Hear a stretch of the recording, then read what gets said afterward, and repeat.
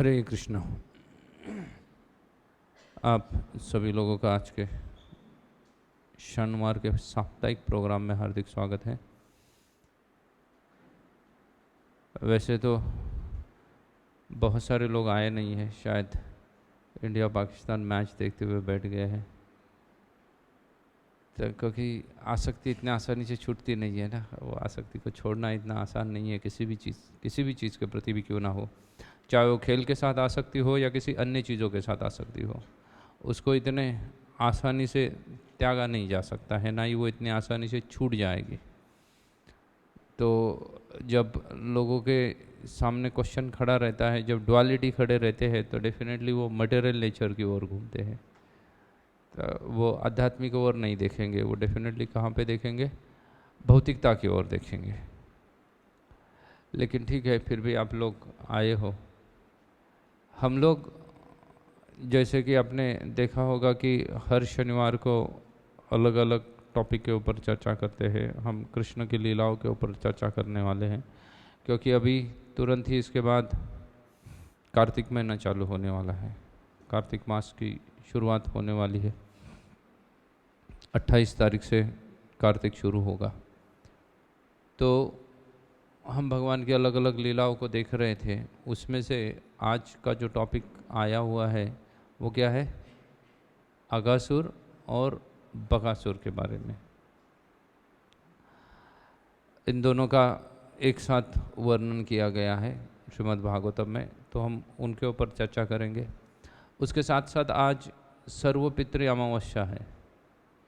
बहुत सारे लोगों के मन में इसको लेके भी कई सारे प्रश्न रहते हैं, कई सारे सवाल रहते हैं कि भाई ये जो अमावस्या है, सर्वपितृ अमावस्या है, तो उसके ऊपर भी कुछ चर्चा करेंगे, या चर्चा से ज़्यादा हम बाद में क्वेश्चन आंसर देखेंगे उसके कि सर्वपितृ या पितृ एग्जैक्टली कहाँ पे जाते हैं, उसके ऊपर चर्चा नहीं करेंगे। उसके ऊपर सिर्फ क्वेश्चन आंसर देखेंगे। आपके जो भी क्वेश्चंस होंगे, हर किसी के मन में बहुत सारे क्वेश्चंस रहते हैं इन सभी चीज़ों को लेके कि एग्जैक्टली हमारा क्या होगा, क्योंकि ये गारंटी है कि हम भगवत धाम नहीं जाएंगे, क्योंकि भक्ति कर नहीं रही है ठीक से। तो अब जब वो गारंटी होती है तो फिर उसके नीचे वाली चीज़ें क्या है, उसके ओर ध्यान दे दो कि वहाँ मैं कहाँ पे चला जाऊँगा, कहाँ तक पहुँच सकता हूँ। या लोगों को चिंता रहती है कि जो हमारे पूर्वज गए हैं वो कहाँ तक गए हुए हैं, इसलिए उसको लेके भी कई सारे भ्रांत धारणाएं हैं लोगों की। उसके ऊपर भी हम आखिर के कुछ 10-15 मिनट के लिए चर्चा करेंगे। पहले आधा घंटा ये अकासुर और बकासुर के बारे में चर्चा करेंगे।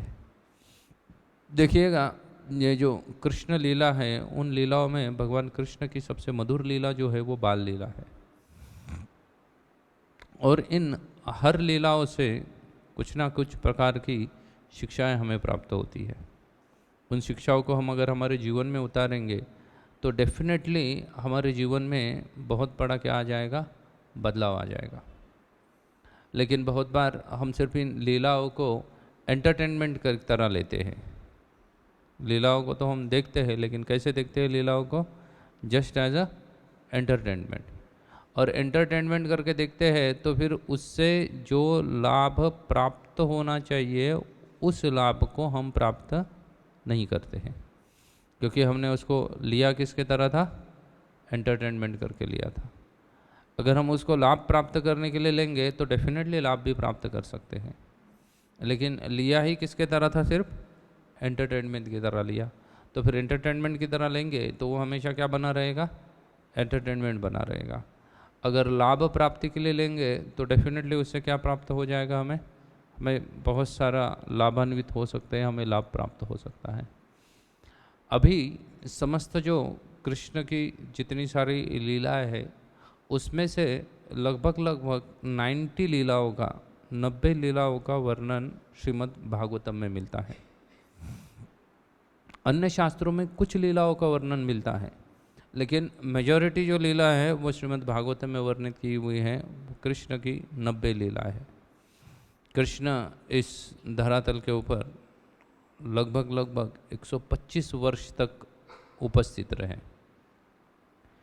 उन 125 वर्षों में उन्होंने कई सारे कार्य किए। उन कार्यों में से जो मुख्य कार्य है वो 90 कार्य है, 90 है।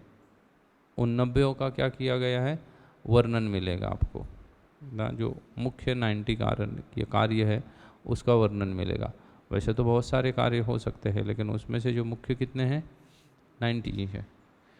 तो उन लीलाओं में अगर आप देखोगे तो कृष्ण बाल्यावस्था में जब भगवान वृंदावन में रह रहे थे, भगवान का जन्म होता है मथुरा में।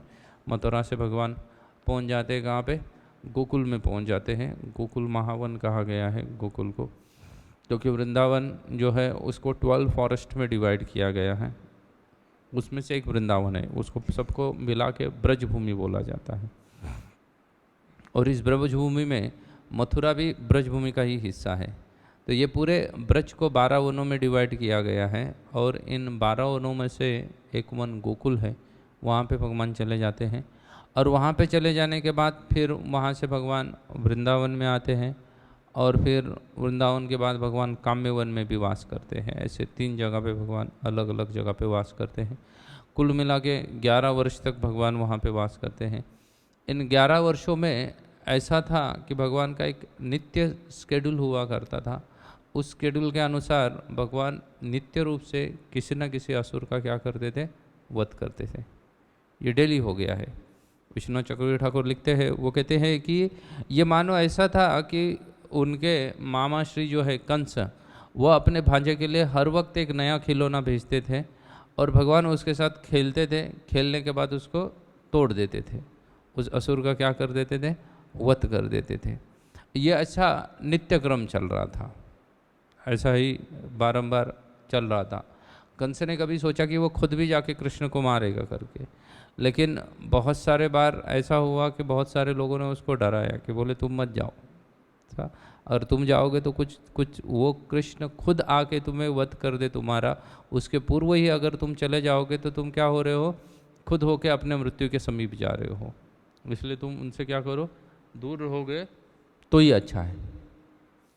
अभी ये सलाह होने की वजह से कंस जो है वो हमेशा किसी न किसी को क्या किया करता था, भेजा करता था कृष्ण के साथ युद्ध करने के लिए। अभी अगर आप कंस के बारे में थोड़ा सा देखेंगे, पूर्व में कंस स्वयं एक महापराक्रमी था, बहुत शक्तिशाली राजा हुआ करता था। और ये जितने सारे राक्षस जो कृष्ण के साथ आए हैं, जिन्होंने युद्ध किया है और वो मारे गए हैं, उन सभी को कंस ने अपना शक्ति के बल पे अपना गुलाम बना के रखा था। कंस इतना शक्तिशाली था कि या तो उनको हरा के, या वो जिनके सेवा में थे उस राजा को हरा के उन्होंने क्या कर दिया था, इन सभी को अपने क्या कर दिया था, अपने वश में करके रखा था, या गुलाम बना के रखा था। जैसे आपने अगर एक कुंवल या पीठ हाथी की कथा आएगी, जिसको भगवान जब मथुरा में चले जाते हैं तब उसका वध करते हैं। तो ये हाथी वास्तव में कंस के ससुर के पास हुआ करते थे। जो हाथी है कंस के ससुर है जरासंध, उनके पास हुआ करता था। तो वो दहेज में मिलता है कंस को। कंस क्या कर देता है, उसको दहेज में दे देता है। उसके साथ साथ कंस एक बार युद्ध करता है नरकासुर के साथ। नरकासुर के साथ युद्ध करने के बाद युद्ध में इतना पारंगत था कंस कि नरकासुर उससे प्रसन्न हो जाता है। और प्रसन्न होने के बाद उसके नरकासुर के 3 सेवक थे, 2 पुरुष और एक उनकी बहन। ये 3 लोगों को किसको देते हैं, कंस को देते हैं एज ए गिफ्ट करके। पूर्व काल में ऐसा हुआ करता था, अभी ऐसा नहीं होता है। पूर्व काल में कोई अगर किसी से प्रसन्न हो गया तो क्षत्रिय जब प्रसन्न होते थे तो क्षत्रिय उचित उपहार प्रदान करते थे। अभी गिफ्ट जो देंगे वो जनरली हमारे फिक्स्ड गिफ्ट है। हाँ, कोई फ़ोन देगा या कोई ना ब्लूटूथ के कोई ना हेडफोन देंगे, या ऐसी चीज़ें दिया जाता है गिफ्ट में। लेकिन पूर्व काल में जो व्यक्ति जिस तरीके का है उस तरीके का उसको गिफ्ट दिया जाता था। जैसे अगर कोई ब्राह्मण है तो ब्राह्मण क्या करते थे, शास्त्र आदि क्या करते थे, उपहार स्वरूप में देते थे। क्षत्रिय है तो क्षत्रिय शस्त्र आदि उपहार स्वरूप में देते थे ना। हो सकता है कोई अपना धनुष्य दे दे, हो सकता है कोई अपनी तलवार दे दे, या हो सकता है कोई राजा है तो अपने पास का कोई विशेष योद्धा भी क्या कर सकता है, दूसरों को उपहार में दे सकता है। तो कंस ने जब नरकासुर के साथ युद्ध किया तो नरकासुर ने उनको उपहार स्वरूप क्या दे दिया, उनको उपहार स्वरूप 2-3 लोगों को दे दिया था। वो था एक अघासुर, बकासुर और उनकी बहन पूतना, 3 लोगों को दिया था। तो इन 3 लोगों को सिर्फ उपहार स्वरूप दिया था। उपहार स्वरूप का मतलब होता है कि हो सके तो वो जाके कंस के पास भी रह ले, नहीं तो कंस को जब आवश्यकता हो तो वो कंस को युद्ध में मदद के लिए आ जाए। उपहार स्वरूप दे दिया ना, कि आपको किसी ने बोल दिया कि भाई आप इनकी मदद करो जब भी इनको ज़रूरत है, तो मतलब जब भी वो व्यक्ति आपको उसके ज़रूरत के अनुसार जब बुलाता है किसी भी कार्य के लिए या मदद करने के लिए, तो फिर आपको क्या करना चाहिए, जाना चाहिए, आपको जाके उसकी मदद करनी चाहिए। तो ऐसी अवस्था किनके साथ हुई थी, ये पूतना के साथ, अघासुर के साथ और बकासुर के साथ। ये एक्चुअली भाई बहन है। पूतना जो है वो अघासुर और बकासुर की क्या है, बहन है। और ये तीनों मिलके नरकासुर ने उनको कहा था कि मैं किसके ज़्यादा प्रसन्न हूँ, युद्ध कौशल्य से, कंस के युद्ध कौशल्य से प्रसन्न हूँ। तो जब भी कंस की आवश्यकता होगी तब आप जाके उनको क्या करना, सहयोग करना, क्योंकि अभी वो मेरा क्या बन चुका है, दोस्त है। तो वी आर अ फ्रेंड। जैसे अभी वो इजराइल युद्ध कर रहा है तो अमेरिका के साथ उनकी दोस्ती है, तो अमेरिका ने अपनी ना नेवी को और आर्मी को उनकी मदद के लिए भेज दिया है। तो पूर्व काल में भी ऐसा ही हुआ करता था। तो उसके अनुसार जब कंस को ढूंढना था, पता करवाना था कि कृष्ण कहाँ पे है, और जब कृष्ण बाल्यावस्था में थे, बाल्यावस्था में थे जब जन्म काल ही था, 6 दिन बीत चुके थे उनके जन्म को, तब उन्होंने किनको बुलाया था, तब पूतना को बुलाया था मदद करने के लिए। लेकिन इन के इन प्रकार न पूतना क्या हो गई, मारी गई भगवान के हाथों ना।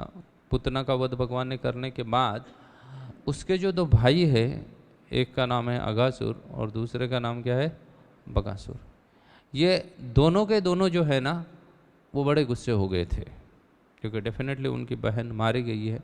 तो इसलिए वो स्वयं चल के, जैसे जैसे उनको सूचना मिली वैसे वैसे वो स्वयं चल के कंस के पास आते हैं और पूछते हैं कि किसने हमारे बहन का वध किया है, हम उनका क्या करना चाहते हैं, वध करना चाहते हैं।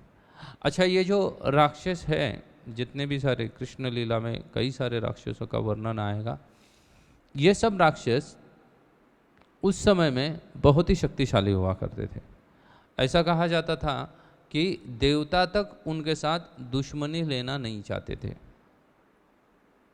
ऐसा नहीं है कि हो सकता है देवता उनको हरा नहीं सकते थे या कुछ, लेकिन इनका शक्ति ही इतना था कि देवता इनके साथ क्या नहीं करना चाहते थे, किसी भी प्रकार का दुश्मनी नहीं लेना चाहते थे। तो इन राक्षसों में से एक है अघासुर। अघासुर, क्योंकि ये जो राक्षस है वो प्रायः तमोगुण में रहते हैं ना। अगर हम भी तमोगुण में रह रहे हैं तो फिर हमें क्या करना चाहिए, तमोगुण से ऊपर उठना चाहिए। अगर हम तमोगुण से नहीं ऊपर उठेंगे तो फिर हमारी भी प्रवृत्ति कैसी हो जाएगी, राक्षसों जैसी हो जाएगी। और राक्षस प्रायः तमोगुण में रहा करते थे, इसलिए उनको जो शरीर अच्छा लगे वो शरीर धारण करके वो उसी शरीर में वास करते थे। मैंने बीच में कहीं पे न्यूज में सुना था कि किसी व्यक्ति को कुत्ते से ज़्यादा प्रेम था, तो उसने बहुत सारा 16-17 लाख रुपए खर्चा करके अपने बॉडी में कुछ ऑपरेशंस करके और कुछ सूट सिलवा के वो कैसे बन गया, खुद कुत्ते जैसा बन गया है।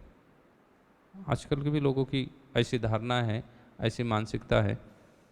तो इसलिए ये जो बकासुर था, इसके अंदर जलस या द्वेष बहुत भरा हुआ था, और उस द्वेष की वजह से वो रहता था किसके शरीर में, सर्प के शरीर में रहता था, बहुत बड़े सांप के शरीर में रहता था। लेकिन ये जो अघासुर है उसको उसके बहन पूतना की मृत्यु की सूचना मिलने तक काफ़ी समय लौट गया था। कृष्ण तब तक वत्सपाल बन चुके थे। क्या बन चुके थे, वत्सपाल बन चुके थे। ऐसा पूर्व काल में ऐसा था, खास करके जो वैश्य हुआ करते थे वो क्या करते थे, गोपालन कार्य करते थे। और गोपालन के समय में गायों को, जो बड़े गोप है वो गायों को जंगल में चराने के लिए लेके जाते थे, लेकिन जो बछड़े रहते थे उनको साथ में नहीं लेके जाते थे, क्योंकि अगर बछड़ों को साथ में लेके जाया जाए तो फिर वो क्या करेंगे, गाय का दूध पी लेंगे, तब वो समस्त दूध को क्या करेंगे, दिन भर में पी के ख़त्म कर देंगे। अच्छा, बछड़े को दूध ना पियाए तो फिर वो बछड़े के ऊपर अन्याय कर रहे हैं। तो अन्याय नहीं है, अगर गाय के साथ बछड़े को हमेशा रखा जाए ना तो बछड़ा घास खाने कभी नहीं सीखेगा। उसको अगर घास और अन्य अनाज को खाने के लिए सिखाना है तो उसको क्या करना पड़ेगा, गाय से कुछ समय के लिए दूर रखना पड़ेगा। इसलिए जो बच्चे होते थे इन वैश्यों के, वृंदावन या ब्रजवासियों के, वो बच्चे किसका टेक केयर करते थे, बछड़ों का टेक केयर करते थे। बछड़े को संस्कृत में वत्स कहा जाता है, इसलिए उनको वत्सपाल कहा जाता है। जो उनका टेक केयर करते थे उनको वत्सपाल कहा जाता है। और जो गाय का टेक केयर करते थे उनको क्या कहा जाता है, उनको गोपाल कहा जाता है। तो अभी कृष्ण लगभग उम्र के 5 साल तक, उन्होंने 3 साल से बच्चों का क्या करने लगे, केयर करने लगे, उनका ध्यान देने लगे। और वहाँ से लेकर 5 साल तक, मतलब लगभग 2 साल उन्होंने किसका टेक केयर किया, बछड़ों का टेक केयर किया। और उसके बाद फिर वो गोपाल बन गए। एक गोपाष्टमी करके आती है, जैसे कार्तिक महीना चालू हो जाएगा ना, तो कार्तिक महीने में गोपाष्टमी आती है। उस अष्टमी से कृष्ण ने गायों का देखभाल करना या उनका टेक केयर करना चालू किया था। तो तब से कृष्ण का नाम गोपाल करके प्रसिद्ध हो गया। भारत में गोपाल नाम बहुत ही प्रसिद्ध है, नामों में से एक है। लेकिन उसके पूर्व में कृष्ण को वत्सपाल कहा जाता था। वो किसकी टेक केयर करते थे, तो वो गायों की नहीं, वो बछड़ों की टेक केयर करते थे। तो एक दिन का बात है, कृष्ण और उनके साथ में जो उनके सहपाठी है या अन्य गोप कुमार हैं, वो सभी के सभी बछड़ों को लेके कहाँ जा चुके थे, जंगल में गए थे। अभी बछड़ों को लेकर तो ज़्यादा दूर तक नहीं जाया जाता है। बछड़ों को लेके कहाँ तक जाया जाता है, कुछ डिस्टेंस तक जाया जाएगा। यशोदा माता कृष्ण को कहती थी कि हमारी हवेली के छत पे खड़ा रहने से तू मुझे नज़र में आ जाए, उतने ही दूरी तक कहाँ लेके जाना है तुम्हें, बछड़ों को लेके जाना है। तो उतनी दूरी तक जाते थे। लेकिन अगर आप ब्रज को देखोगे तो ब्रज में कई सारे, एक तो तालाब है, कई सारे तालाब में बद में, और फिर ब्रज के बीचों बीच से जमुना बहती है। तो तब पानी का जो मूल स्रोत था, वो स्रोत क्या हुआ करता था, जमुना के ऊपर गाय को या बछड़ों को पानी पीने के लिए लेके जाना, ये नित्य लीला होती थी। तो नित्य कृष्ण जब बछड़ों को लेके गए, तब अघासुर उनका वध करने के लिए आता है। अघासुर सोचता है कि मेरी बहन ने क्या कर दिया, सीधा सीधा डायरेक्ट इनके सामने चली गई। अन्य भी कोई रासुर आए थे उसके पहले, उन्होंने भी क्या किया है, कृष्ण को सावधान करके उसको वध करने का उनका प्रयास किया। तो उसके फलस्वरूप क्या हो गया, उनका मृत्यु हो गया। इसलिए अघासुर सोचता है कि मैं कुछ नई ट्रिक इस्तेमाल करूँगा। और नई ट्रिक अघासुर ने क्या इस्तेमाल की, तो अघासुर ने, वैसे ही वो सर्प के शरीर में रहता था, तो उसने बहुत बड़े सर्प का आकार धारण किया। आकार धारण करने के बाद उसने अपनी जीवा जो है वो लगभग 1 किलोमीटर तक लंबी बाहर निकाली। इतने बड़े सर्प का आकार धारण किया। उसका जो फुला हुआ मुख है वो एक बहुत बड़े गुफा की तरह लग रहा था। ऐसा श्रीमद् भागवतम में लिखा हुआ है कि वो बहुत बड़े गुफा की तरह लग रहा था। और ऐसा अघासुर अपना मुख फैला के, जबान या उसकी जीवा को बाहर निकाल के, ये जो गोप कुमार आदि है वो जिस रास्ते से घर की ओर जाएंगे उस रास्ते के बीच में बैठ गया। कृष्ण प्रायः सबके पीछे रहते थे, क्योंकि अब सोचिएगा, अभी 9 लाख गाय जिनके घर में हैं तो उनके बछड़े भी उतने रहेंगे, तो उन सबको ढूंढ के लाने में समय लग सकता है। इसलिए कृष्ण सबके पीछे रहते थे। और अन्य गोप कुमार खेलते खेलते बछड़ों के साथ आगे चले गए। तब जो वो रास्ते से जब गुजर रहे थे तो उनको महसूस हुआ कि ये जो आज जो रास्ता है वो क्या है, बहुत सॉफ्ट है। और उन्होंने देखा ये जो सॉफ्ट रास्ता है वो एक गुफा की ओर जा रहा है। तो सभी के सभी गोप कुमार है वो कहाँ पे चले गए, उस गुफा की ओर चले गए। वो गुफा नहीं था, तो वो स्वयं अघासुर था, वो अघासुर के मुख में जा रहे थे। उसमें से कुछ गोप कुमारों ने एक दूसरे को सावधान करते हुए कहा, क्योंकि अभी ये बच्चे नहीं थे, बच्चे मतलब ना समझ बच्चे नहीं रहे हैं, वो थोड़े बड़े हो गए हैं, तो वो समझ गए कि ये कोई भी जंगल का रास्ता इतना क्या नहीं हो सकता है, मुलायम नहीं हो सकता है। कोई भी जंगल का रास्ता हो इतना मुलायम नहीं हो सकता है। अभी अगर ये रास्ता इतना मुलायम लग रहा है तो डेफिनेटली ये कोई राक्षस हो सकता है। तो कुछ गोप कुमार को देखो भगवान के ऊपर इतना उनका विश्वास था कि उन्होंने कहा अगर ये असुर भी है तो फिर क्या हो जाएगा, इसको कृष्ण के हाथों में वध होना बहुत ही आवश्यक है, इसलिए हम यही रास्ते से चलेंगे, क्योंकि अगर हम ये रास्ते से जाएंगे तो ही हमारे पीछे पीछे कृष्ण भी ये रास्ते से आने वाले हैं। इसलिए वो लोग वही रास्ते से आगे कंटिन्यू करते हैं और कंटिन्यू करने के बाद वो स्वयं अगासुर के मुख में प्रवेश कर जाते हैं। अगासुर के मुख में प्रवेश करने के बाद उसके मुख में फिसल के उसके उदर में चले जाते हैं। अगासुर का उदर जो है वो पूरा जहर से भरा हुआ था, इसलिए वहाँ पे वो सभी गोप कुमार है वो बेहोश हो जाते हैं। कृष्ण जब वहाँ पहुँचते हैं तो कृष्ण ने देखा कि क्या हो गया है। कृष्ण तो समझ गए ये अगासुर है, कोई बहुत बड़ा असुर है जो सर्प के रूप में आया हुआ है, इसलिए कृष्ण तो नहीं चाहते थे कि उसके मुख में जाए, लेकिन उन्होंने देखा कि उनके जितने भी सारे मित्र हैं वो पहले से काफ़ी दूर चले गए हैं कि उनको आवाज़ देके भी क्या नहीं किया जा सकता है, रोका नहीं जा सकता है। वो आगे दौड़ रहे थे, कृष्ण उनके पीछे चले गए। वो सभी क्या कर दिए, कृष्ण के सॉरी अगासुर के मुख में प्रवेश करके अगासुर के उदर में चले गए। तो कृष्ण ना चाहते हुए भी वो भी स्वयं क्या कर दिए, अगासुर के मुख में चले गए। अच्छा, उन बच्चों वो जो उनके जो मित्र गोप कुमार अगासुर के मुख में चले गए थे, उनके साथ तो कई सारे गाय के बछड़े भी थे। मतलब आप अंदाज़ा लगा सकते हो कि अगासुर कितना बड़ा होगा। और ये चले जाने के बाद अगासुर तो आया था वास्तव में कृष्ण के लिए, तो इसलिए उसने क्या किया, राह देखता रहा, अपना मुख बंद नहीं किया। उसको ऐसा कहा जाता है कि उसके मुख से इतनी बदबू बाहर निकल रही थी, इसलिए कृष्ण तुरंत पहचान गए कि ये कोई गुफा नहीं है, क्योंकि गुफा से इतनी बदबू नहीं आ सकती है। लेकिन उनके दोस्त ऑलरेडी अंदर जा चुके हैं, इसलिए कृष्ण भी उनके पीछे पीछे उसके अगासुर के क्या कर दिए, मुख में प्रवेश कर दिए। और अगासुर के मुख में जैसे ही कृष्ण ने प्रवेश किया, वैसे ही वो अगासुर ने अपनी जीवा अंदर लेके मुख को क्या कर दिया, बंद कर दिया। और आप फिर प्राय आप देखते हो कि अजगर जो होता है वो कोई भी चीज़ को क्या करता है, चबा नहीं सकता है, स्वेल कर लेता है, गिलंकृत कर लेता है, और उसके बाद अपने शरीर को क्या करता है, ट्विस्ट करता है, मरोड़ता है अपने शरीर को, ताकि अंदर गया हुआ व्यक्ति या अंदर गया हुआ जो भक्ष्य है वो क्या हो जाए, मर जाए, मृत्यु हो जाए उसका। तो अगासुर वैसे करने लगा। तो वैसे करने लगा तो कृष्ण ने तुरंत सोचा कि अगर इसका मैंने तुरंत वध नहीं किया तो ये क्या कर देगा, ये उसका जो शरीर है वो ट्विस्ट करके अन्य गोप कुमारों को मार डालेगा। इसलिए भगवान कृष्ण ने अपना आकार बढ़ाना शुरुआत कर दिया, और उन्होंने अपना आकार इतना बढ़ा दिया, इतना बढ़ा दिया कि अगासुर का जो शरीर है, जो पेट है, वो क्या हो गया, भगवान के आकार बढ़ने की वजह से फट गया, और वो फटते ही अगासुर का क्या हो गया, मृत्यु हो गया। सभी गोप कुमार बाहर आए, भगवान ने उनके ऊपर दृष्टिपात कर दिया, तो सब के सब फिर से क्या हो गए हैं, अपनी मूल चेतना में वापस आए। अभी ये तो हो गई कथा की बात जो बाल्यावस्था में हुई है। भक्तिविनोद ठाकुर इस कथा के ऊपर लिखते हैं कि ये अगासुर जो है ना, ये क्या है, ये सर्प है।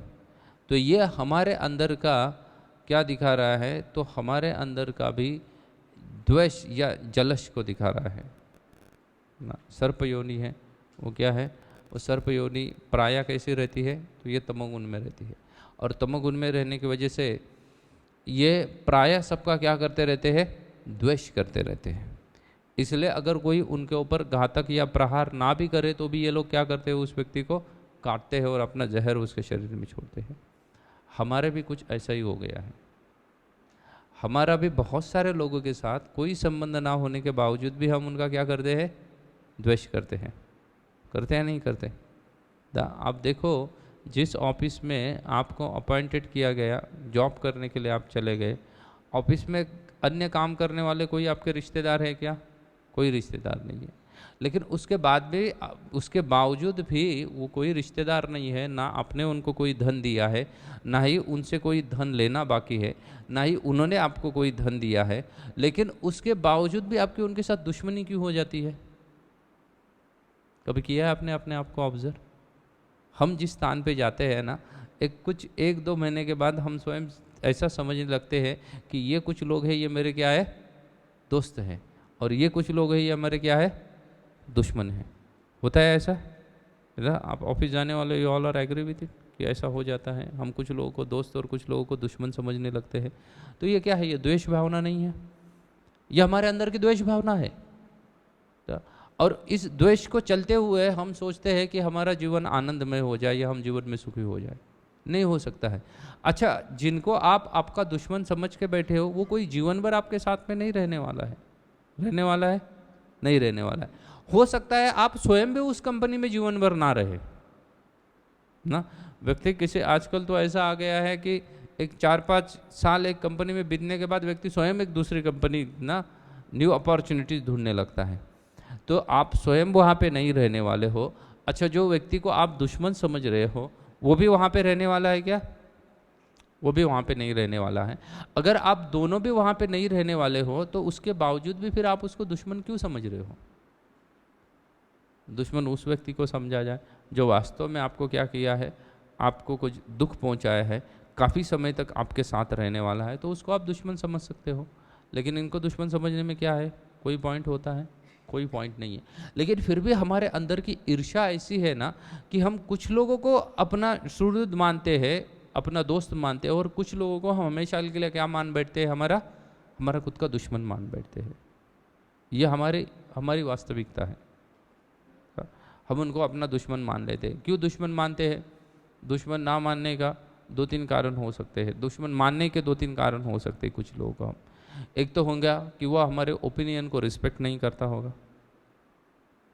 हमारा जो ओपिनियन है उसको अगर कोई व्यक्ति रिस्पेक्ट भी ना करे तो भी हम उसको क्या समझने लगते हैं? अपना दुश्मन मानने लगते हैं। तुरंत उनको अपना दुश्मन मानने लगते हैं, क्योंकि वो मेरा ओपिनियन के साथ क्या नहीं कर रहा है? एग्री नहीं कर रहा है। इसलिए आप देखो वर्क प्लेस में भी क्या बन जाती है? टीम बन जाती है। अब पॉलिटिकल पार्टीज के अंदर पॉलिटिकल पार्टीज दूसरे अपोजिशन पार्टी के साथ जितना क्या राजकारण या पॉलिटिशियन करती है, उससे ज़्यादा पॉलिटिक्स तो उनके अपने बीच में रहती है। उस पार्टी के अंदर रहती है, नहीं रहती? एक ही पार्टी के नेता होने के बावजूद भी उनकी अपने बीच में क्या रहती है? अपने बीच में इतना सारा क्या रहता है? पॉलिटिक्स रहता है। और उसमें भी आप देखेंगे कि ये नेता का ग्रुप अलग रहेगा, उसको सपोर्टेड करने वाले नेता अलग रहेंगे, दूसरे नेता का क्या रहेगा? उसका भी अपना ग्रुप रहेगा और उसको सपोर्ट करने वाले लोग अलग हो सकते हैं। दोनों को अपने अपने ग्रुप बनाए हुए हैं और उनको अपने अपने अलग अलग लोग क्या कर रहे हैं? सपोर्ट कर रहे हैं। क्यों? सिर्फ वो व्यक्ति मेरे ओपिनियन के साथ एग्री नहीं होता है, इसलिए बस। तो इसलिए हम उसको क्या समझने बैठते हैं? हमारा दुश्मन समझ बैठते हैं। ये हमारे सबके साथ होता है ना। अगर किसी बॉस ने किसी एक एम्प्लॉय को थोड़ा सा अप्रिशिएट कर दिया तो भी हम क्या समझ बैठते हैं? उसको दुश्मन समझ बैठते हैं। समझते हैं? नहीं समझते? थोड़ा सा अप्रिशिएट किया है, कुछ ज़्यादा बड़ा चेंजेस नहीं आया है उससे किसी के जीवन में, लेकिन फिर भी हम उसको अपना क्या समझ बैठते हैं? दुश्मन समझ बैठते हैं। जैसे कहा गया है, यह सर्प की तरह ऋषा है, हमारे अंदर बसी हुई है और उसको हमें बाहर निकालना पड़ेगा अगर हमें सच में भक्ति अच्छी करनी है तो। क्या? क्योंकि आप अपने जीवन में देखिएगा ना, किसी भी परिस्थिति में एक अंग्रेजी में कहावत है, एक नेकेड पेंचो करके एक कंसेप्ट हुआ करती थी। अंग्रेजी में कहावत है ये नेकेड पेंचो वाली कहावत। क्या है ना कि दो दोस्त थे, एक थोड़ा बड़ा था और एक छोटा क्या था? एक थोड़ा छोटा था। तो दोनों एक गांव में थे। पहले ऐसे ही जब बच्चे थे तो नंग धड़ंग घुमा करते थे, एक साथ खेला करते थे। उसके बाद बड़े हो गए। बड़े होने के बाद एक दोस्त जो है ना वो अपने जीवन में ज़्यादा कुछ कर नहीं पाया, और दूसरा दोस्त है ना वो पढ़ लिख के क्या हो गया? उस गांव में जो कोर्ट था, जो न्यायालय था, उसका जस्टिस बन गया, चीफ जस्टिस बन गया। और जब ये न्यूज़पेपर में छप के आया तो जो उसका जो बचपन का दोस्त है ना वो दूसरों को कहने लगा, अरे कुछ नहीं है, इसमें कौन सी बड़ी बात है, मैंने तो उसको तब देखा है जब वो क्या किया करता था? नंग धड़ंग घुमा करता था। ये क्यों आ रहा है? अगर चाहे तो उसको अप्रिशिएट भी कर सकता है ना, उसको दूसरे तरीके से कर सकता है कि मैं इसको बचपन से जानता हूँ, ये क्या है, बहुत मेहनती व्यक्ति था और इसलिए उसने मेहनत करके जिस मुकाम पे वो पहुँचा है उस लक्ष्य को उसने क्या कर दिया है? प्राप्त कर लिया है। ऐसा भी बोला जा सकता है। लेकिन लोग बोलेंगे क्या ये? ऐसा नहीं बोलते हैं। अगर हम किसी भी व्यक्ति का अप्रिशिएशन या गुणगान किसी से सुनते हैं तो हम पहले उसके बारे में क्या बोलेंगे? निगेटिव पॉइंट बोलेंगे। आप ऑब्जर्व करो अपने आप को, हमारी ऐसी आदत बन चुकी है कि उसके बारे में क्या बोलेंगे हम, नेगेटिव पॉइंट बोलेंगे। तो हो सकता है वो ऑफिस में हो, घर में हो, कॉलोनीज़ में हो, सोसाइटीज़ में हो, मोहल्ले में हो ना, दो औरतें साथ में बैठी, एक तीसरी नई औरत आ गई है, और वो नई आने वाली औरत अगर किसी, ये जो दो औरतें बैठी हुई है उनको छोड़ के मोहल्ले की किसी तीसरी औरत का गुणगान करे ना, तो ये दो औरत मिलके उसकी कुंडली किसको बताते हैं, नए औरत को बताते हैं। होता है ये, प्रैक्टिकलिटी में होता है, नया औरत को बताएंगे, और उस कुंडली में क्या गुणगान करेंगे उसका, नहीं करेंगे, उसको बोलेंगे कि तुम सावध रहो करके इससे ना, ये वैसी है नहीं है जैसी तुम्हें दिख रही है, वो पहले ऐसे ही दिखावा करेगी और उसके बाद अपना क्या करेगी, ओरिजिनल रंग दिखाएगी। तो ये हमारी कमियां है, ये हमारे अंदर ईर्ष्या भरी हुई है। और ये ईर्ष्या कहाँ तक भरी हुई है, तो बहुत दूर दूर तक ये ईर्ष्या भरी हुई है। कितने दूर दूर तक ये ईर्ष्या भरी हुई होती है हमारे हृदय में, तो इतने दूर तक ये ईर्ष्या भरी हुई है हमारे हृदय में कि अगर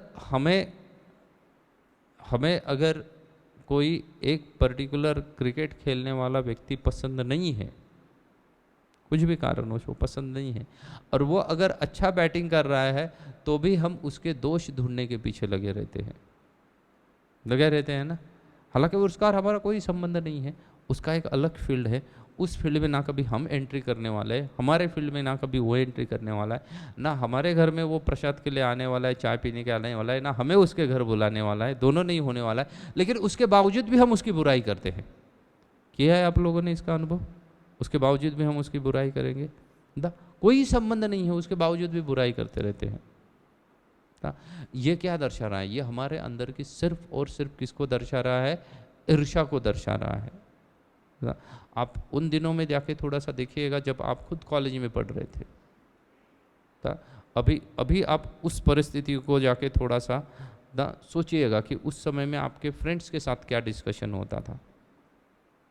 या भारत में तो कॉलेज में 2-3 प्रकार के ही डिस्कशन होते हैं। एक तो डिस्कशन क्रिकेट के ऊपर करेंगे, अगर क्रिकेट के ऊपर नहीं है, कोई क्रिकेट का मैच नहीं हो रहा है, कुछ नहीं हो रहा है, तो फिर किसके ऊपर डिस्कशन करेंगे? फिल्मों के ऊपर बच्चे डिस्कशन करेंगे। वो भी नहीं है कोई फिल्म डिस्कस करने के लिए, तो फिर अगर बच्चे डिस्कशन करेंगे तो करेंगे कॉलेज के प्रोफेसर्स और कॉलेज के बारे में। और आप किसी भी कैंपस में जब आप पढ़ रहे थे तब की परिस्थिति देखो या अभी की परिस्थिति देखो, इन दोनों परिस्थितियों में जो बच्चे हैं कॉलेज में पढ़ने वाले, वो अपने कॉलेज और अपने प्रोफेसर के बारे में कभी पॉजिटिव नहीं बोलते। कभी किया आपने ऑब्जर्व? अपने आप को भी करके देखो, आप बोलते थे पॉजिटिव उनके बारे में? अभी बोल सकते हो, लेकिन मैं तो उस दिन की बात बता रहा हूँ जब आप स्वयं पढ़ रहे थे, तब बोलते थे पॉजिटिव उनके बारे में? नहीं बोलते थे ना। उनके बारे में जितना ज़्यादा हो सके उतना कॉलेज के बारे में क्या बोला जाता था? नेगेटिव बोला जाता था। अगर वास्तविकता देखी जाए तो वो कॉलेज था इसलिए आप ग्रेजुएट हो पाए ना, नहीं तो आपकी मार्कशीट बता रही थी कि ये कॉलेज छोड़ के अन्य कोई तो आपको गेट पे भी खड़ा नहीं करने वाले, वहीं से भगाने वाले हैं। ये क्या था? ये आपके क्या थे? आपने तीर मारे हुए थे, वो सब मार्कशीट में आपके दिख रहा था। लेकिन वो कॉलेज भला हो जिसने बनाया है कि क्या कर दिया, उसने आपको एडमिशन दे दिया, आपको ग्रेजुएट करने का जिम्मा ले लिया अपने सर पे, लेकिन उसके बावजूद भी हम उनकी क्या करते हैं? बुराई करते हैं नहीं करते ना। आप कोई कंपनी में भी देखो ना, अगर कोई आपकी कंपनी में इंटरव्यू देना चाहता है तो आप उसको मोटिवेट करते हो, हमारी कंपनी में आओ करके? करते हो मोटिवेट? नहीं करते हो, कभी नहीं करते हो कि ये कंपनी ज्वाइन करो। हम उसके बजाय 50 कंपनी अन्य सुनाएंगे जो क्या करती है, बोलेंगे ये सब अच्छी कंपनीज है करके ना। हमारे हृदय में उतना ग्रेटिट्यूड भी नहीं है कि ये कंपनी के वजह से मेरा घर चल रहा है, उस कंपनी की वजह से क्या चल रहा है? मेरा घर चल रहा है। लेकिन हमारे पास वो ग्रेटिट्यूड है क्या? नहीं है। वो सब के सब क्या है? हमारी ईर्ष्या दर्शा रहा है, जैसे ही अगासुर के हृदय में भी, क्योंकि सर्प है ना, तो हमारा भी कैसे स्वभाव बन चुका है? सर्प की तरह स्वभाव बन चुका है हमारा। हमारा ओपिनियन किसी ने नहीं सुना तो वो हमारा दुश्मन बन जाता है। क्या हो सकता है? हर किसी का नज़रिया अलग हो सकता है हर चीज़ को देखने का, और उस नज़रियों को हमें क्या करना चाहिए? एक्सेप्ट करना चाहिए, और उसके साथ साथ उस व्यक्ति की रिस्पेक्ट करनी चाहिए। लेकिन हम कर रहे हैं रिस्पेक्ट? हम नहीं कर रहे हैं ना, हम बिल्कुल भी नहीं उसकी रिस्पेक्ट करते हैं। यहाँ तक कि अगर हमारे दुश्मन ने कोई अच्छा कार्य भी किया तो भी हम उसको अप्रिशिएट नहीं कर पाते हैं। कर पाते हैं? नहीं कर पाते हैं ना। आप मुझे बताओ, अगर आपको 10 दिन दिए जाए और बोल दिया जाए कि आप 100 पॉइंट लिख के लेके आना पॉजिटिव अबाउट पाकिस्तान, कर पाओगे? 10 दिन का समय आपको दिया जाए और 100 पॉइंट लिख के आने हैं, किसके बारे में? पाकिस्तान के बारे में। क्या लिखना है? वो भी पॉजिटिव पॉइंट लेके आने हैं, निगेटिव पॉइंट नहीं लेके आना है। कर पाओगे आप? नहीं कर पाओगे। और अगर निगेटिव लिखने के लिए बोला तो आप बोलोगे ब्रो जी 10 मिनट में दे देंगे 100 पॉइंट लिख के ना। 10 दिन की कोई आवश्यकता नहीं है, just give us 10 minutes. 10 minute में हम क्या कर देंगे? पाकिस्तान के 100 निगेटिव पॉइंट्स लिख के दे सकते हैं, लेकिन पॉजिटिव पॉइंट बड़ा मुश्किल है, बड़ा मुश्किल है। मेरे पास एक पति पत्नी आते थे जिनके बीच में हमेशा फ्रिक्शन चलता रहता था। उनके बीच में हमेशा क्या चलता रहता था? फ्रिक्शन चलता था, दोनों का साथ में नहीं जम रहा था, बहुत झगड़े कर रहे थे। हालांकि काफ़ी साल हो गए शादी को, जब से शादी हुई है तब से ही क्या कर रहे हैं? झगड़े चले हुए हैं, उनके झगड़े चल रहे हैं। तो वो दोनों मेरे साथ आए तो मुझे बोले कि प्रभु जी हर कोई अपने हिसाब से समझा रहा है। पत्नी समझा रही है कि मैं क्या हूँ, मैं एब्सोल्युटली करेक्ट हूँ, मेरे अंदर कोई फॉल्ट नहीं है। पति भी वैसे समझा रहा है कि मेरे अंदर भी क्या नहीं है ना, कोई फॉल्ट नहीं है ना, तो एकदम ना डॉट भी नहीं है फॉल्ट का मेरे पास, मैं भी क्या हूँ, पूरा क्लीन हूँ। तो जब मेरे पास आए मैंने 1 घंटा सुन के लिया। मैं बोला इट्स द ओवर मोर ना, बहुत एक्स्ट्रा टाइम दे दिया मैंने, 1 घंटा दे दिया, मतलब मेरे समय में से बहुत ज़्यादा टाइम दे दिया मैंने आपको। उसके बाद मैंने उनको क्या बोल दिया, उनको एक पेपर दिया दोनों को ना, और पेन भी दे दिया मैंने, अपना ही खुद के पेन दे दिए। और उनको बोला कि आप है ना, सिर्फ पति को बोला कि आपके पत्नी की 10 अच्छाइयाँ लिख के दिखाओ, लिख के दिखाओ। और पत्नी को भी ये बोला कि आप क्या करो, 10 अच्छाइयाँ लिख के बताओ 1 घंटे में मुझे। तो पहले तो पति देव बोले कि प्रभु जी मुझे कहीं बाहर जाना है वगैरह, ये काम है वो काम है, मैं कल देता हूँ। मैं बोला ठीक है कल दे दो। तो पत्नी भी बोली मैं कल लिख के देती हूँ करके। मैं बोला कोई बात नहीं है, कल आ जाओ। कल भी आपको टाइम नहीं है तो संडे को आ जाओ, संडे छुट्टी रहती है तब आ जाओ मंदिर में, लेकिन मुझे 10 क्या लिख के दिखाओ। पत्नी ने पति के बारे में 10 अच्छे पॉइंट लिखने हैं, पति ने पत्नी के बारे में 10 क्या लिखने हैं, अच्छे पॉइंट लिखने हैं। इस बात को 3-4 साल बीत गए, वो लोग आज भी मंदिर में आते हैं। मैं आज भी बीच बीच में उनको पूछता रहता हूँ, तब वो बोलते प्रभु जी अब सब ठीक चल रहा है, कोई झगड़ा नहीं है हमारे बीच में। क्या चल रहा है? सब एकदम अलबेला चल रहा है, कोई भी किसी भी प्रकार का क्या नहीं है, अनबन नहीं है हमारे बीच में। अभी आपको क्या लगता है वो सुलझ गई उनके अंदर के अनबने? नहीं सुलझी है, लेकिन फिर भी हमारे अंदर की ईर्ष्या इतनी भरी हुई है कि हम क्या नहीं कर पा रहे हैं, किसी के बारे में 10 अच्छी चीज़ें नहीं लिख पा रहे हैं। Not able to see the sunny side of the opposite person.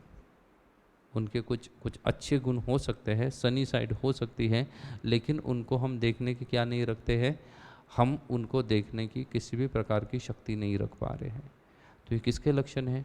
ये सर्प के लक्षण है, ये सर्प का लक्षण है। आप सर्प को दूध भी पिलाओ तो भी वो आपको काटेगा, तो भी आपको क्या करेगा, वो आपको वो काटेगा ही काटेगा।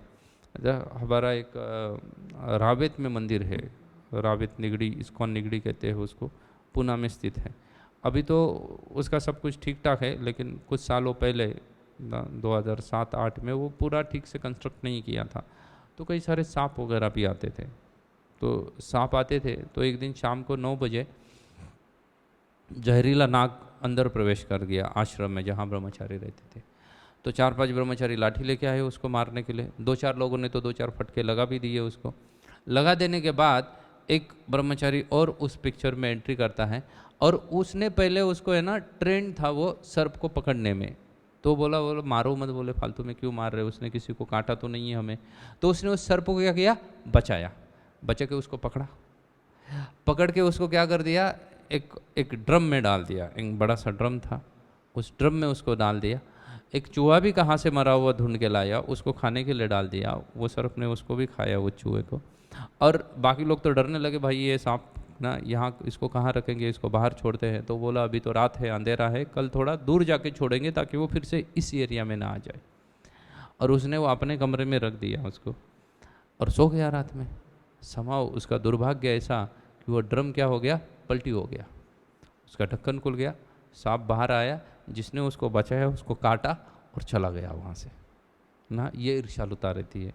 फिर तो बचाने वाले को डॉक्टर के पास लेके जाना पड़ा उसको बचाने के लिए, 3 दिन वो बंदा एडमिट था।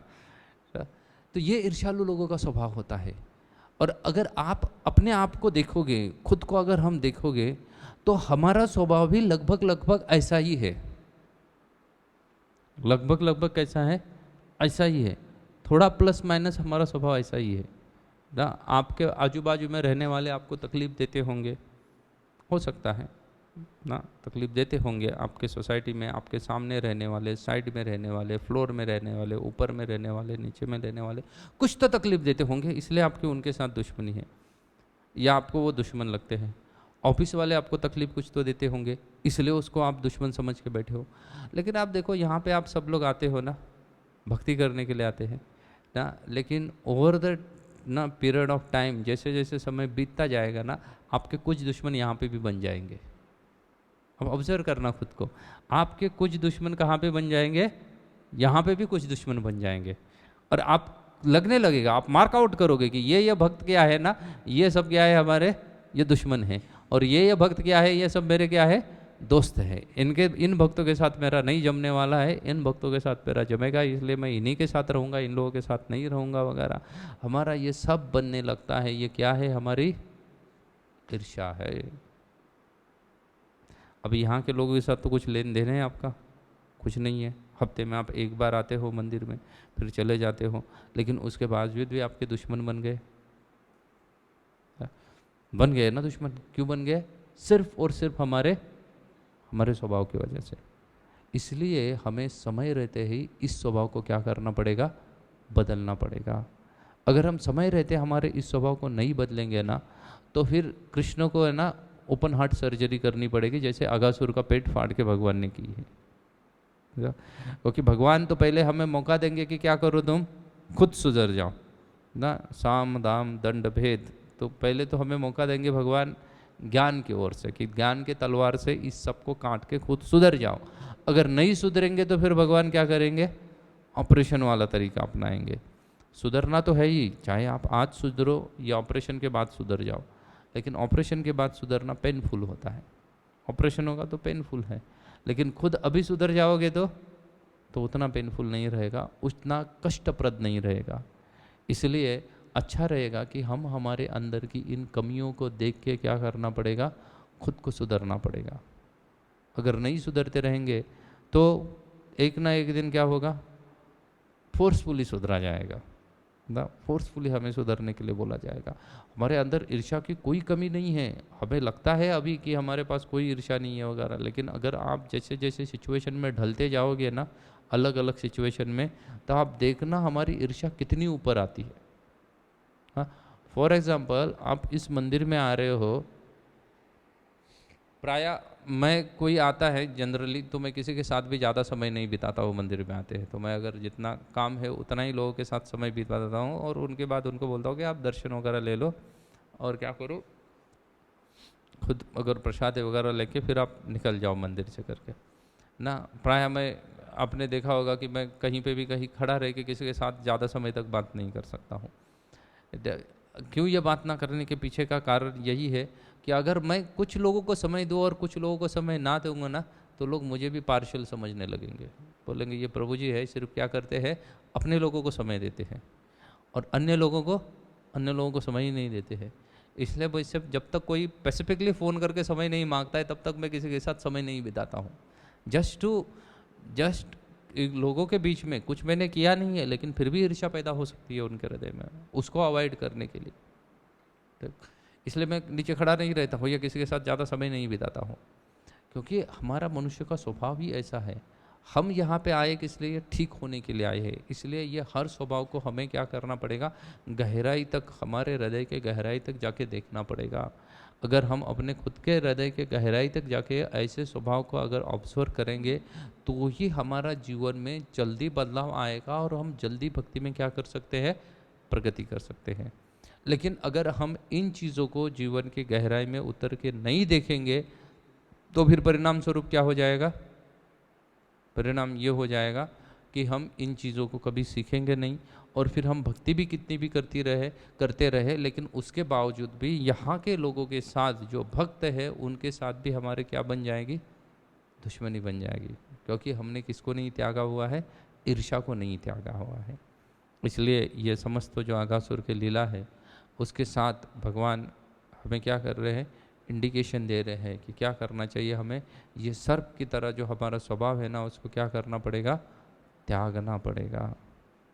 अगर नहीं त्यागेंगे तो क्या हो जाएगा, हमें फिर भगवान ज़बरदस्ती क्या करेंगे, आगासुर बना देंगे।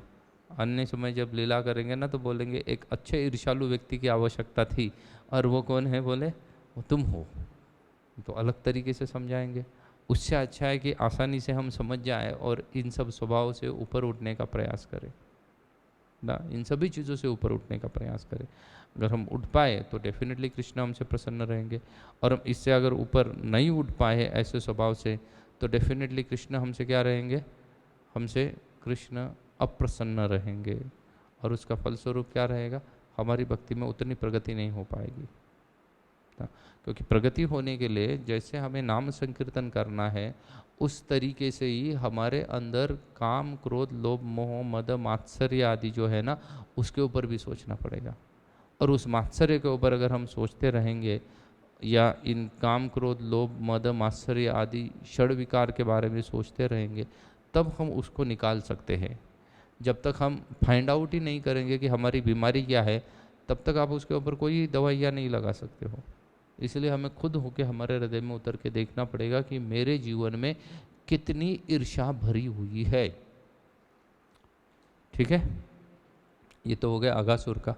वैसे बकासुर भी आज लेना था लेकिन अभी अगर हम बकासुर ले लेते हैं ना बकासुर का तो फिर बहुत सारे लोगों का अगर कुछ बहुत सारे प्रश्न हो सकते हैं जो ये पितृपक्ष या पितृ अमावस्या को लेके फिर उसको हम नहीं ले पाएंगे।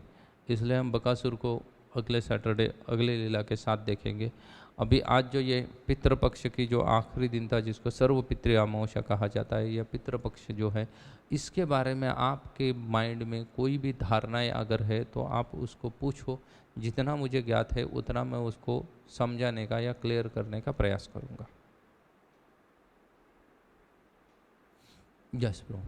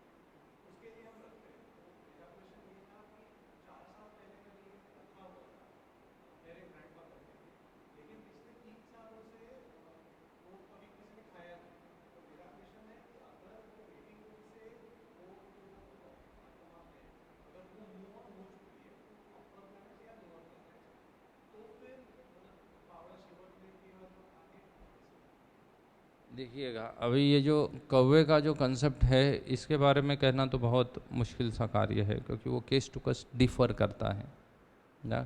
लेकिन वास्तविकता वो जो पूरा का पूरा ये जो पर्पज़ है वो पर्पज़ उन्हीं लोगों के लिए है जो लोग या तो पितृलोक में प्रवेश करते हैं, पितृ का शरीर धारण करते हैं या प्रेत भूत आदि योनि में प्रवेश करते हैं। उनको वहाँ से मुक्ति करवाने के लिए यहाँ से उनके जो पूर्वज इनके जो लिनिएज में जो लोग हैं वो लोग क्या करते हैं, प्रयास करते हैं। हाँ, उनके पुत्र आदि जो है वो यहाँ से प्रयास करते हैं उनको उस योनि से क्या करने के लिए, मुक्त करने के लिए। तो अभी उस प्रयास में है कि जब तक वो लोग उस योनि में हैं तब तक ही उनको क्या होता रहेगा, वो लाभान्वित करता रहेगा। जैसे ही वो उस योनि से बाहर निकल जाएंगे फिर उनको लाभान्वित नहीं करने वाला है। जब तक वो उस योनि में है तब तक ही उसको क्या होगा, उसका लाभ मिलेगा। तो अगर आपके कोई पूर्वज वास्तव में पितृलोक में रह रहे हैं तो डेफिनेटली आप यहाँ से उनके लिए श्राद्ध आदि जो भी दर्प अर्पण करोगे उसका क्या होगा, लाभ प्राप्त होगा।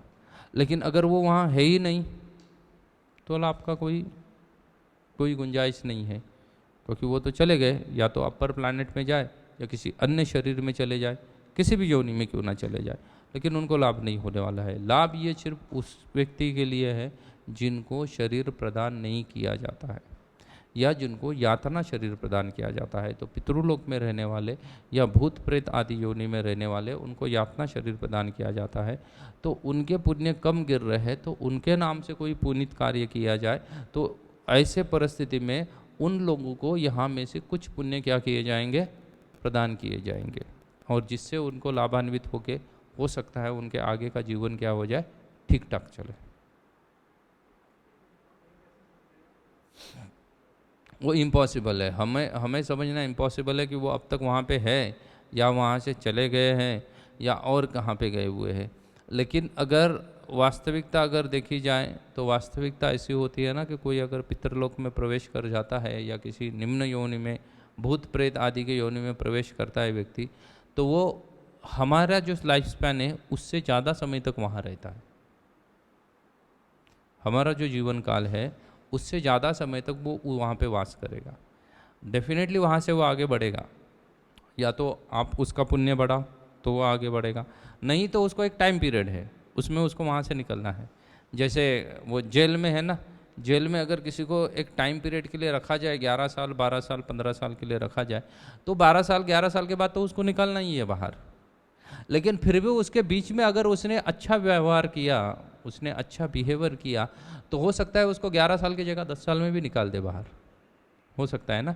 ये ऐसा ही है कि आप यहाँ से जो उनको अर्पण कर रहे हो उनको कितना प्राप्त होगा, तो हो सकता है उनको जो टाइम पीरियड लिया गया है कि उनको उस पर्टिकुलर ना अवस्था में रहना है कुछ अगले 500 साल के लिए, तो हो सकता है वो 400 साल हो जाए या हो सकता है उससे भी कम हो जाए।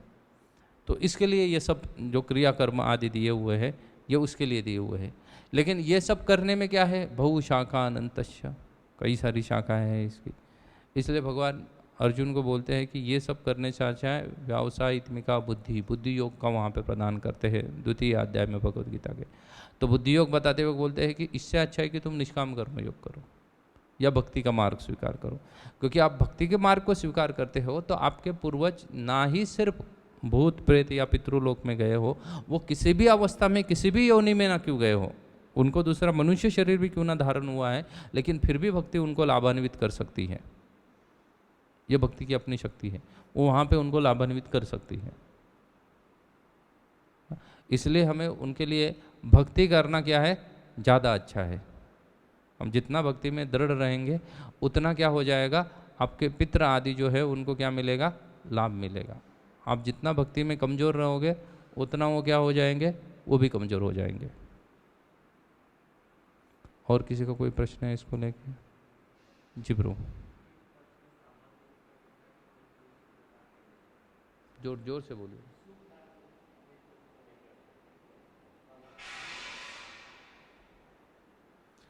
शुभ कार्य ना करने का कारण ये है, अभी मुझे वो कथा पूरी याद नहीं आ रही है टू बी फ्रैंक, कुछ कारणवश ब्रह्मदेव ने है ना, कुछ कारणवश कुछ तो मिसमैनेजमेंट हुआ था थोड़ा सा, तो मिसमैनेजमेंट होने के बाद जो टॉप पर्सन है वो डायरेक्ट एंट्री करता है चीज़ों में, तो इसलिए जो ब्रह्मदेव है वो पहुंच गए थे पितृलोक में। ब्रह्मदेव कहाँ पहुंच गए थे, पितृलोक में पहुंच गए थे। तब पितृलोक में ये सभी जो पितृ जो है वो बहुत दुख भुगत रहे थे, और उनको देख के ब्रह्मदेव को उनकी दया आ गई, दया आ गई। और ब्रह्मदेव ने कहा कि जब तक मैं अभी यहाँ पे कुछ मैनेजमेंट ठीक ठाक करने के लिए आया हूँ ना, उतने समय तक इनको क्या करो, रिलीफ करो, और ये उतने समय तक क्या करें, पृथ्वी के ऊपर जा सकते हैं और अगर उनके अपने लोग अगर इनके लिए कुछ पुण्य कर्म करेंगे, श्राद्ध आदि करेंगे, तो उनका फल इनको क्या मिल जाएगा? मिल जाएगा, और इनकी सज़ा कम कर दी जाएगी। अब वो तो ब्रह्मदेव है, तो वो सज़ा में कम करवा सकते हैं। जैसे मोदी किसी जेल में एंट्री करके किसी का सज़ा कम करवा सकते हैं, वो उनके पास दिया हुआ अधिकार है। वैसे ब्रह्मदेव के पास ये अधिकार था। तो वो जो समय था वो समय ये है, इसलिए वो क्या हो गया, वो पितृपक्ष करके प्रसिद्ध हो गया, क्योंकि उतने समय तक ब्रह्मदेव ने उनको छूट दिया था। इसलिए ब्रह्मा की कृपा से बोला जाता है कि जो हम श्राद्ध आदि अर्पण करते हैं वो पितरों को प्राप्त होता है, या पितृ स्वयं आके इस 15 दिन में उसको क्या करते हैं, ग्रहण करते हैं उस लाभ को, और लाभान्वित होते हैं उससे। अभी आपका प्रश्न क्या था इसके रिलेशन में? सामान्य जो हम कार्य करते हैं वो मना कर दिया गया है, क्योंकि कार्य सामान्य मना करने के पीछे यही है, क्योंकि ये समय में निगेटिव एनर्जी जो है ना वो बहुत बड़ी मात्रा में, जितने सारे भूत प्रेत आदि है ना वो यहाँ पे घूम रहे हैं। तो ऐसी परिस्थिति में अगर आप कोई पुण्य कार्य करोगे ना तो उसमें भी बाधा उत्पन्न हो सकती है। पितृपक्ष के समय में अगर पुण्य कार्य करोगे तो उसमें बाधा उत्पन्न हो सकती है। कैसे उत्पन्न हो सकती है? तो आप आप श्रीमद् भागवतम में देखिएगा ना, दिति और अदिति ना, दिति के जितने भी सारे पुत्र हैं वो कौन बने? वो दैत्य है, राक्षस बने हैं। तो दिति अपने पति का संग करने की इच्छा उसको होती है शाम के समय में, और इसलिए वो कश्यप मुनि के पास जाके क्या करती है, रिक्वेस्ट करती है उनको। तो कश्यप मुनि के पास उनका संग करने की उसकी इच्छा हुई है, अपने पति की इच्छा तो गलत नहीं है, लेकिन कश्यप मुनि कहते हैं कि तुम्हारा जो समय है वो क्या है, वो गलत है। तो दिति पूछती है कि ये समय क्यों गलत है? तो बोले ये संध्या का समय है, और इस संध्या के समय में प्रायः शिवजी जो है वो अपने भूत प्रेत जितने भी उनके गण हैं ना उनके साथ क्या करते रहते हैं, घूमते रहते हैं, टहलने के लिए निकलते हैं। और ऐसी परिस्थिति में अगर कोई स्त्री गर्भ धारणा करती है या वीर्य धारण करती है तो वो भूत प्रेत क्या करते हैं, क्योंकि उसको शरीर नहीं है ना, उसको तो सूक्ष्म शरीर में है, इसलिए वो शरीर में क्या करते हैं, वो कोई अगर स्त्री वीर्य की धारण करती है तो उसके गर्भ में प्रवेश करके उसको शरीर प्रदान करते हैं शिव जी। तो इसका मतलब ये हो जाता है कि जो आने वाला आत्मा है वो मनुष्य शरीर धारण करके भी आ गया, लेकिन वो आत्मा कैसा है, दुष्ट आत्मा है, इसलिए वो कार्य कैसे करेगा, दुष्ट कार्य करेगा। लेकिन दिति फिर भी नहीं मानती है, और परिणाम स्वरूप कौन आते हैं, हिरण्याक्ष और हिरण्यकशिपु का जन्म होता है। तो इसलिए प्रायः इस पितृपक्ष में कोई भी शुभ कार्य करने के लिए मना किया गया है। क्लियर है?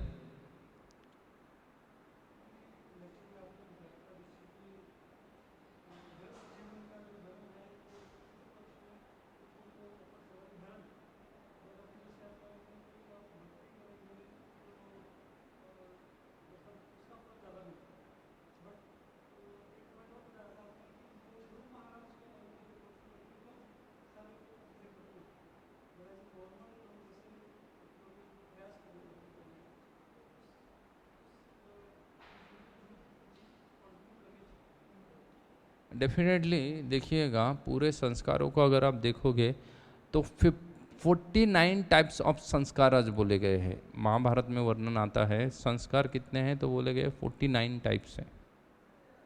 उन 49 संस्कारों को आप करते रहोगे तो आपका पूरा जीवन सिर्फ संस्कार में ही चला जाएगा।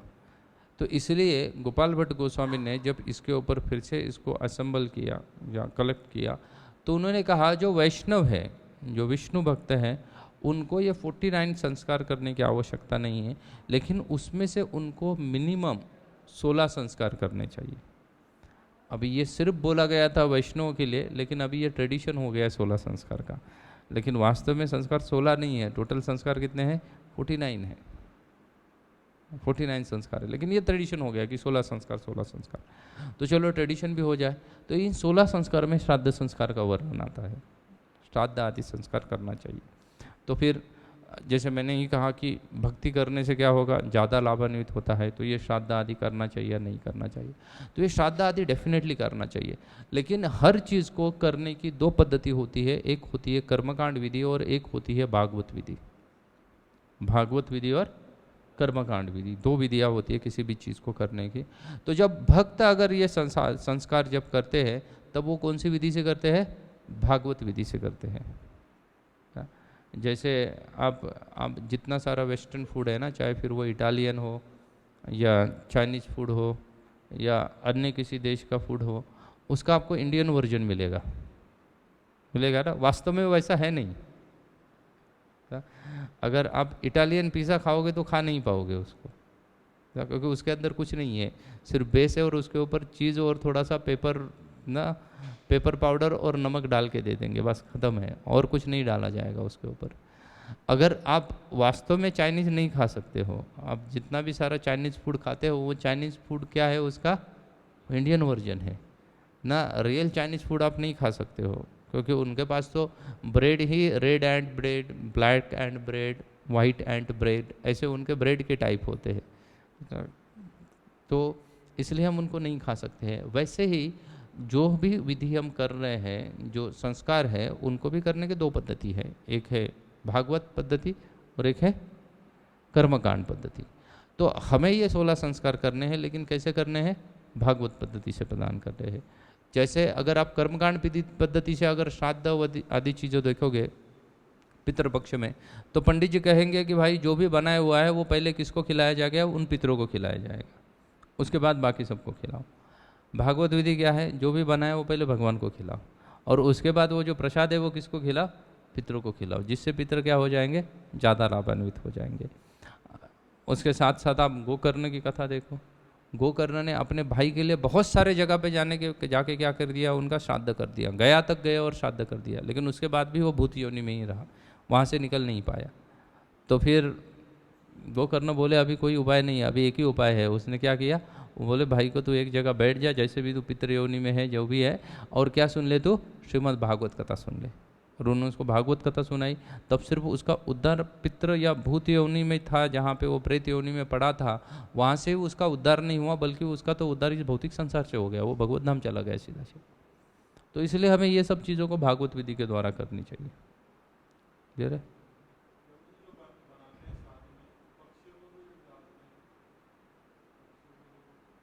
कौवे को डाला जाता है, कौवे को डालने का पीछे यही है कि कौवे को जनरली क्या कहा गया है ना, मैसेंजर कहा गया है।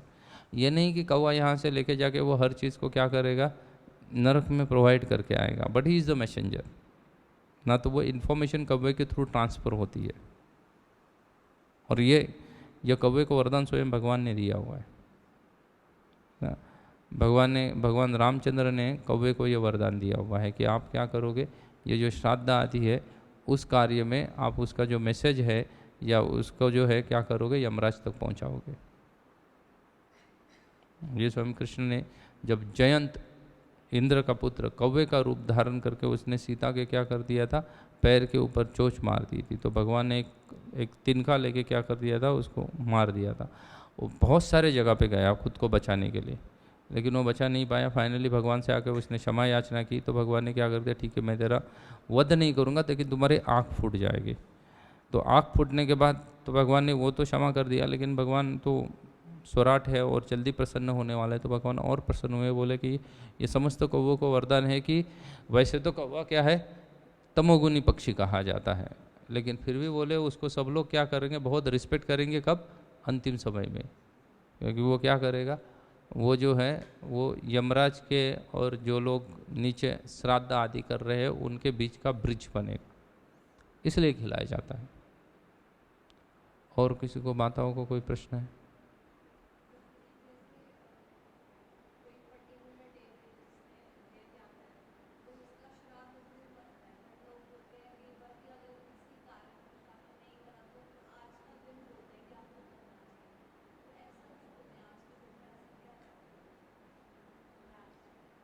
देखिए आज का दिन इसलिए बोला गया है क्योंकि इसके पीछे एक कहानी है, मैं उसको 100% नहीं जानता हूँ, लेकिन ब्रह्मा जी ने ये वरदान दिया हुआ है इस कहानी के पीछे, क्योंकि ये क्या, ये भागवत धर्म नहीं है, इसलिए मैं ज़्यादा उसमें ना ही घुसता हूँ, ना ही उसके बारे में ज़्यादा जानकारी रखने में कोई क्या नहीं है, कुछ बेनिफिट्स है।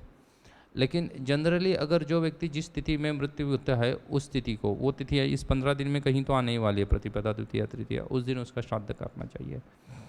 लेकिन वो जो समय था जब ये सभी लोग इस पृथ्वी पे आए थे, जब ब्रह्मा जी ने भेजा था, तो ब्रह्मा जी ने भेजने के बाद कुछ लोग तो चले गए वापस, लेकिन कुछ लोग ऐसे ही भूखे चले गए। कोई खा पी के चले गए, कुछ लोग कैसे चले गए, ऐसे ही भूखे चले गए। क्यों भूखे चले गए? ब्रह्मा जी ने उनको पूछा कि भाई आप लोगों को क्या प्रॉब्लम हुआ? तो बोले हमारा कोई बचा ही नहीं नीचे, हमारा क्या है, श्राद्ध आदि करने वाले भी क्या है सब बदमाश निकल गए, तो वो पहले ही मर गए, कोई बचा नहीं है बोले नीचे, इसलिए हमारा कोई श्राद्ध करने वाला नहीं है। तो ब्रह्मा जी ने इंद्र को कहा था कि आप इनके लिए श्राद्ध करो। तो इंद्र ने इसलिए ये जिनका कोई कुछ है नहीं, कुछ नहीं है, उन सबका क्या कर दिया, श्राद्ध कर दिया। और बोले कि वो अमावस्या को किया, और बोले कि इस दिन कोई भी अगर श्राद्ध करे तो जिसका मिस हो गया है या अन्य कुछ कारण हो गया है तो भी उसको क्या हो जाए, वो लाभान्वित हो जाए। तो इसलिए प्रायः ये जो एक्सेप्शन दिया गया है वो दिया गया है अगर किसी को सूतक काल में चल रहा है और उसी पितृपक्ष में किसी को सूतक आ गया है, उस सूतक काल में ही तिथि थी उसके पिता की क्या है, मृत्यु की, तो वो नहीं दे सकता है, उसको श्राद्ध नहीं कर सकते क्योंकि सूतक चल रहा है। तो उनके लिए ये एक्सेप्शन दिया हुआ है कि वो क्या कर सकते हैं, वो अमावस्या के दिन कर सकते हैं। ठीक है, और किसी को कोई प्रश्न है? कोई लास्ट क्वेश्चन, किसी को प्रश्न है? जी बरो जी पूछिए।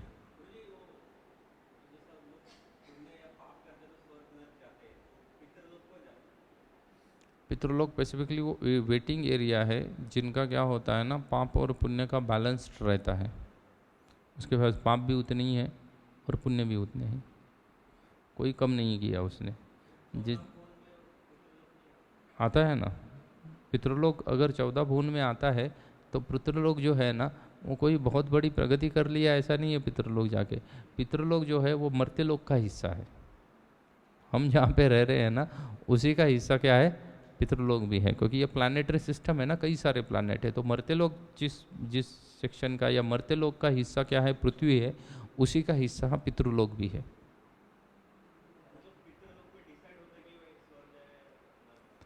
डिसाइड नहीं होता है, वो वेटिंग पॉइंट होता है कभी, क्योंकि देखो ना कर्मना गहना कर्मनो गति, कर्म की गति को समझना बड़ा मुश्किल सा कार्य होता है।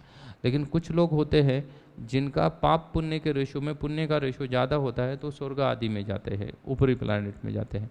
जिनका पाप पुण्य के रेशो में जिनका किसका ज़्यादा होता है, पाप का रेशो ज़्यादा है, तो वो सीधा नरक जाएंगे या निम्न योनि में चले जाएंगे। लेकिन बहुत बार लोगों ने क्या किए हुए है, वो बैलेंस्ड करते हैं। भारत में कई सारे लोग हैं ना, वो बैलेंस्ड करते हैं। गुटखा बेचने वाला कैंसर हॉस्पिटल खोलता है, ये भारत में हो सकता है, वेस्ट में नहीं होता, लेकिन भारत में गुटखा बेचने वाला क्या करेगा, कैंसर हॉस्पिटल भी खोलेगा। ये वास्तविकता है भारत में, खोले हैं लोगों ने कैंसर हॉस्पिटल, मैंने देखे हुए हैं। आप अगर सर्च करो कैंसर हॉस्पिटल इन इंडिया तो उसमें तो टाटा का तो है ही है, लेकिन आपको मानिक चंद के कैंसर हॉस्पिटल बहुत सारे दिखेंगे। और मानिक चंद ने क्या किया, उसने ही कैंसर दिया और उसके बाद क्या कर दिया, कैंसर हॉस्पिटल खोल के क्या कर दिया, सब बैलेंस कर दिया है। तो ऐसे बहुत सारे लोग हैं। एक वेंकटेश राव है, एक वेंकिट चिकन करके एक ब्रांड है, वेंकिट चिकन ना, चिकन का ब्रांड है वो। तो उसका ओनर वेंकटेश राव करके है, साउथ इंडियन है, आंध्रा से हो। तो वो क्या किया हुआ है, उसने पूना शहर के आगे आउटस्कट में एक केतकावड़ी नामक गांव है, वहाँ पे बालाजी का बहुत बड़ा मंदिर बनवाया है। It's like a replica of Tirupati, Tirupati का एग्जैक्टली रिप्लिका उसने बनाया। हजारों लोग आते हैं दर्शन के लिए ना। दर्शन में आने वाले हर व्यक्ति को एक बड़ा लड्डू फ्री में दिया जाता है ना, जो कि आपको तिरुपति में भी नहीं मिलेगा। तिरुपति में भी 20 रुपीज़ आपको लड्डू का देना पड़ेगा शायद, समथिंग। अगर आप वॉकिंग जाते हो तो ही आपको लड्डू फ्री मिलता है तिरुपति में, क्लाइंब करके जाते हो तो, गाड़ी से जाते हो तो नहीं देते वो भी फ्री में। तो एक बड़ा सा लड्डू फ्री में देता है और भोजन खिलाता है वहाँ पे लोगों को। हज़ारों लोग रहते हैं उसके पास भोजन करने के लिए। उसके साथ साथ वो रहता है मॉडल कॉलोनी में। मॉडल कॉलोनी रईस व्यक्ति है तो रईसों के एरिया में रहेगा। मॉडल कॉलोनी से भी अगर सुबह का समय में भी चला जाए, ट्रैफिक नहीं है, उस समय में भी हो जाएगा, तो भी कम से कम उसको उस बालाजी मंदिर में जाने के लिए 1.5 घंटा लगेगा। इस लाइक जू से निकल के पनवेल आ जाए, सुबह के समय में भी आए तो भी 1.5 घंटा तो लगना ही है। तो 1.5 घंटा लगता है उसको वहाँ जाने के लिए। लेकिन वो हर दिन सुबह 8 बजे वो मंदिर में पहुँचेगा और उस मंदिर में बहुत बड़ी लाइन रहेगी। क्या मांगने वालों की? दान मांगने वालों की। इससे बालाजी राव ना वेंकटेश राव से दान मांगने वालों की बहुत बड़ी लाइन रहेगी, और कोई भी कुछ मांगे उसको वो खाली हाथ नहीं भेजता है। हो सकता है कोई आके 5 करोड़ मांगे तो 5 करोड़ नहीं देगा, लेकिन उसका जो भी कारण है वो समझा के लेगा, और उतना अमाउंट तो उसको वो दे ही देगा। समझा के तो उसके लोग रहते हैं जो सुबह उसके साथ आते हैं, आप उनसे बात करो, और वो बात करने के बाद फिर सर से जाके आपके उनको सामने लेके जाते हैं और सिर्फ बताते हैं कि इनका ये प्रॉब्लम है सर, ये दान मांग रहे हैं। तो वो बोल देता है अच्छा ठीक है ना, आपने मांगा है 10 लाख, लेकिन वो बोलता है इसको अभी तो हम आपको 50,000 की मदद करते हैं, फिर बाद में देखेंगे। तो आपको मिनिमम 50,000 तो देगा। यहाँ तक कि वहाँ पे मैंने देखा है लड़के हैं ना, क्रिकेट खेलने के लिए बैट स्टम्प्ड बॉल भी मांगने के लिए खड़े रहते हैं वहाँ पे लाइन में उनके पास जाके। तो पुण्य काम कर रहा है, मंदिर बनाया हुआ है इतना बड़ा, लेकिन बेच क्या रहा है वो?